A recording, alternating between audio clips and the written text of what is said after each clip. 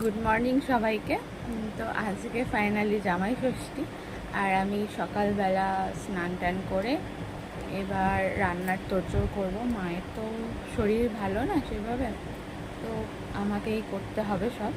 মা করবে, আর তো কী কী রান্না হবে সেটা অবশ্যই দেখাবো। হয়তো ডিটেলসে পুজোর ব্যাপার রয়েছে, তারপরে মা বাটা দেবে ওকে। তো আমরা রেডি হলেও কি হবে, যার জামাই ষষ্ঠী সে তো এখনও ঘুমাচ্ছে অ্যাজ ইউজুয়ালি। কালকে আমার ট্রেন মিস করিয়েছে, আজকে মনে হয় 10টা-12টা বেজে যাবে ঘুম থেকে উঠতে পারতে। তো চলো দেখতে থাকো। এইদিকে পুজো কমপ্লিট, তারপরে চলে গেলাম হচ্ছে আনাজ টানাজ কাটতে।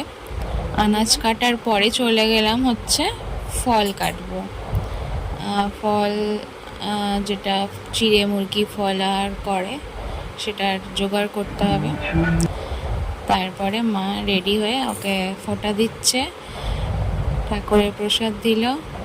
আর ওর পাশে বসে রয়েছে আমার ননটাই বুড়ি। ও হচ্ছে ছোট থেকে ওর সঙ্গী, জামাই ষষ্ঠীতে ও থাকবে ওর সাথে। এটা আমার দাদার মেয়ে, একদম জন্ম থেকে ও মশাইকে দেখছে, তো ওর খুব প্রিয় একজন মানুষ এটা ওর। সেজন্য ও যখনই আসে ওর সাথে সব সময় থাকে। জামাই ষষ্ঠী বা বাদ যায় কেন। তো সব রিচুয়ালস করার পর আমি বাদবাকি রান্না বান্না করতে চলে গেছিলাম। মাঝখানে কিছুটা খাওয়া দাওয়া হয়েছে, তারপরে রান্না বান্না। মাছের ডিম ভাজা, একদিকে মাংসের আলু বসিয়েছি। পাতুরিটা রেডি করে একদিকে বসিয়েছি পাতুরি, আর একদিকে হচ্ছে মাংসের ঝোল।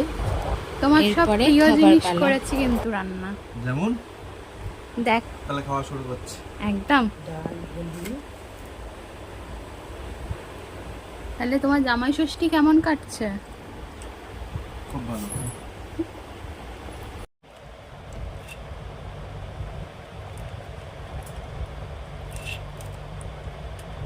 হয়েছে মাছটা ঠিকঠাক? হয়েছে।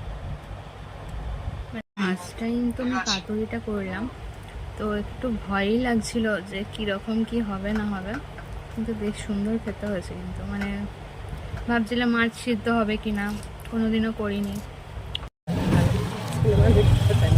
তো কোথায় যাচ্ছিস? বলবি তো পুষ্পশীতে সিনেমা দেখতে।